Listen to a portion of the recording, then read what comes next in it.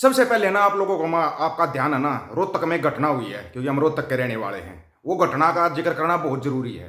हालांकि उस विवाद वो मामला शांत हो गया है, लेकिन एक चीज बताओ कि भाई जो सिख छात्र था उसके पगड़ी, कृपाण, कड़ा और कछेरा तक से दिक्कत होगी सभी टीचरों को, पूरे स्कूल को।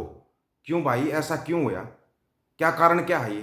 पहले इस घटना की ना पूरी जानकारी आपको देते हैं।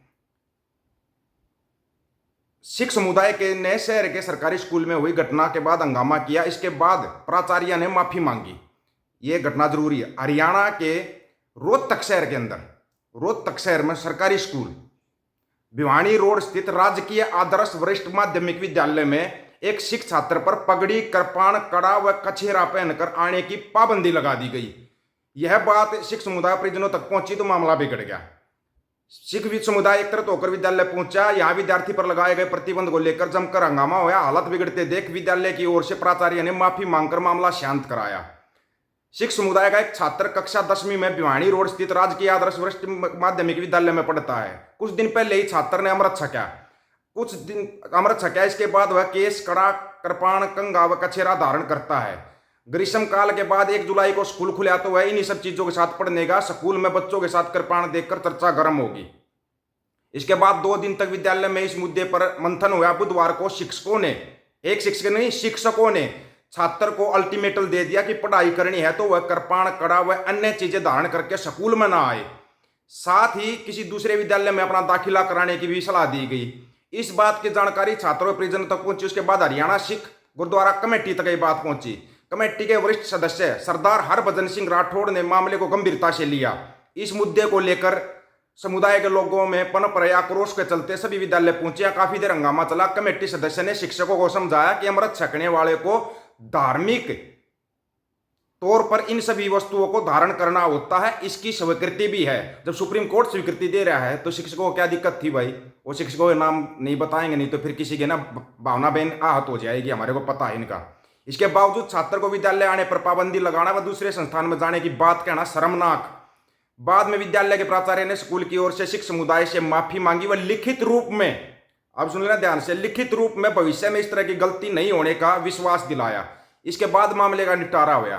क्यों भाई ये फिर बोलते हैं कि हम तो ऐसा कुछ नहीं करते, हम तो जी सिखों के साथ कोई भेदभाव नहीं करते। ये भेदभाव नहीं तो क्या था? एक जो राजस्थान का मामला गर्म है, जब उसको सिख को और अमृतधारी लड़की को बोलेगा कपड़े उतारने को और कृपाण उतारने को, क्या रहा है ये? कभी कैथल से कोई न्यूज़ आ रही है, कभी करनाल से आ रही, कभी रेवाड़ी से कोई न्यूज़ आ रही है सिखों पर बार हमले की। तो ये बात जो कहते हैं ना हम नफरत नहीं करते, नफरती लोग, लेकिन एक चीज बताते हैं, नफरती लोग चंद लोग हैं ये नफरती चिंटू जो नफरत फैलाते हैं। इस नफरत को ना प्यार में बदलिए।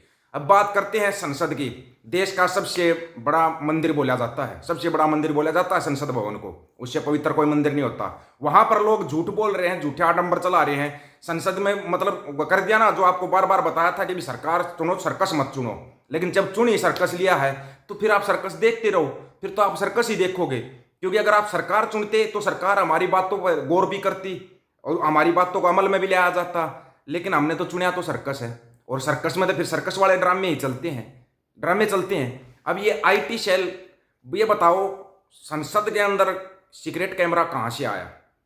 अमृतपाल सिंह भी आ रहा है, उसकी भी शपथ ग्रहण समारोह है, उससे पहले सीक्रेट कैमरा कैसे वीडियो लीक किया इन लोगों ने?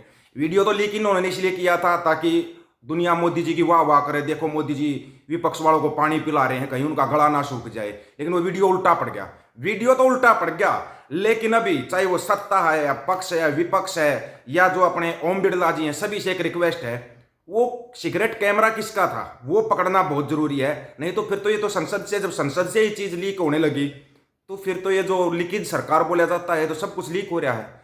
किस सांसद ने वो वीडियो बना के वायरल किया? इसकी जांच होनी चाहिए, नहीं होनी चाहिए? फिर वो वीडियो जिस टाइप पे बनाया था, उस वीडियो की सच्चाई क्या थी? क्योंकि एक तो दिक्कत इनको ये है, ऐसे तो अब अमृतपाल सिंह जब शपथ ग्रहण समारोह में आएगा उसका कोई वीडियो बना लेगा। पहले ही उसके ऊपर बैन लगा दिए, आने से पहले बैन लगा दिए इन लोगों ने कि भाई किसी से नहीं मिलेगा, शपथ लेगा और सीधा वापस डिब्रूगढ़ जेल में जाएगा। उसके ऊपर आरोप कोई तय नहीं हुआ अभी तक, लेकिन शपथ लेगा वापस उधर ही जाएगा।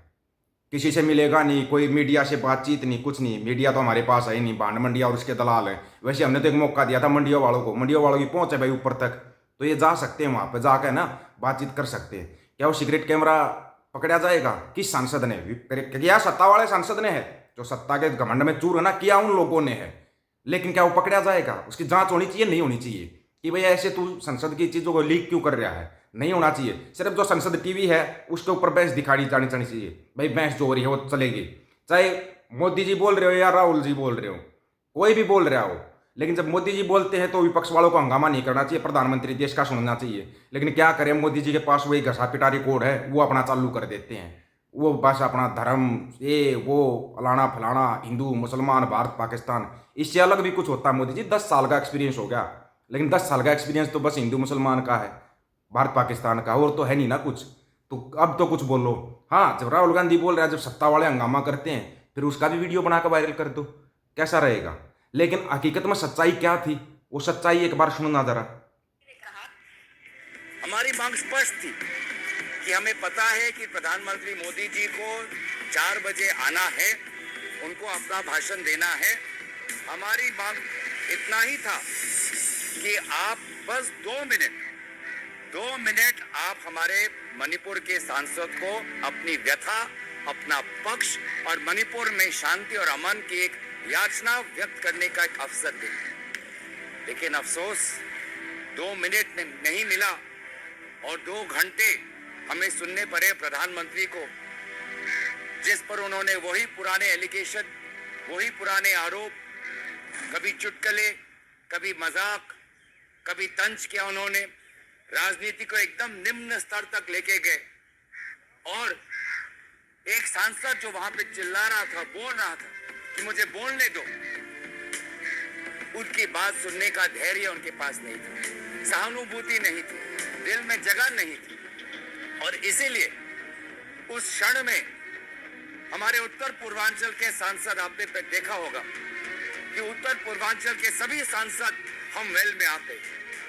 मणिपुर के 2 सांसद आए, मैं उनके साथ आया, फिर मेरे साथ नागालैंड के सांसद आए, मेरे साथ फिर मेघालय के सांसद आए और हम सभी ने एक दूसरे का हाथ पकड़कर हमने इंसाफ की गुजार लगाई। क्या मतलब, क्या ये हो क्या रहा है? एक काम क्यों नहीं करते भाई? बिग बॉस में चले जाओ, कॉमेडी बहुत अच्छी कर रहे हो आप संसद के अंदर। देश ने चुना है आपको, आप मुद्दे उठाओ हमारे, वहां पे हमारे मुद्दों पे बातचीत होनी चाहिए संसद के अंदर। वहां पे तो कॉमेडी चलती है, डायलॉग बाजी, चुटकुले चलते हैं। इससे अच्छा तो आप जाओ बिग बॉस में जाओ, या क्या है कॉमेडी सर्कस दुनिया भर के चलते हैं, वहां पे जाओ ना, वहां पे जाके कॉमेडी करो। कॉमेडी संसद के अंदर चला रहे हैं, जो सही बात है, जो मुद्दों की बात, उस पर कभी चर्चा नहीं होती। वहां पर बस थोड़ी सी चर्चा कर दो, भाई बंदी सिंह होकर ही आई करो, बै बै बै बै शुरू हो जाते ड्रामा करना, ड्रामे शुरू हो जाते, चुटकुलेबाजी, नाटकबाजी। भाई नाटक करने तो आप फिल्मों में काम करना शुरू कर दो, फिर क्यों देश के ऊपर बोझ बने बैठे हो? देश पर बोझ भी क्यों बन के बैठ गए आप लोग? ये बोझ कब तक उठाएगा ये देश? 3रे स्थान से 12वें स्थान पर पहुंच गए। सबसे बड़ी अर्थव्यवस्था बनेगी, ऊपर से चिंटू मिंटू बस वीडियो वायरल करने पर लग जाते। ये देखो मोदी जी ने ये कर दिया, किया है कुछ पिछले 10 साल में? मणिपुर पूरा का पूरा चल गया, कुछ बोल ले उसके ऊपर? कितनों के ऊपर एनएसए लग गया, किस किस को देशद्रोह केस में जेल में डाल दिया, इतना कुछ हो गया? नहीं किया।